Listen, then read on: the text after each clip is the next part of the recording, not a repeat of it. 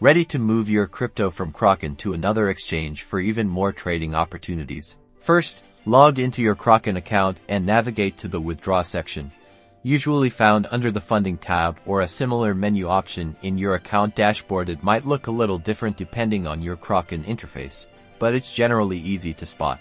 Next, select the cryptocurrency you wish to withdraw from the displayed drop-down menu. Make sure you have enough of that crypto in your Kraken account to cover both the withdrawal amount and any associated fees. This is crucial. Choose the correct network for your withdrawal. The network you select must match the network supported by the receiving exchange for that specific cryptocurrency. An incorrect network selection could result in permanent loss of your funds. Now, carefully paste the recipient exchange's deposit address for the selected cryptocurrency into the provided address field. Double, triple, and even quadruple check this address. Even a single incorrect character can lead to irreversible loss of funds. Before confirming, review the withdrawal details, including the amount you're sending, the network fee, and the final amount you'll receive at the destination exchange. Pay close attention to the fee, as it can vary depending on network congestion.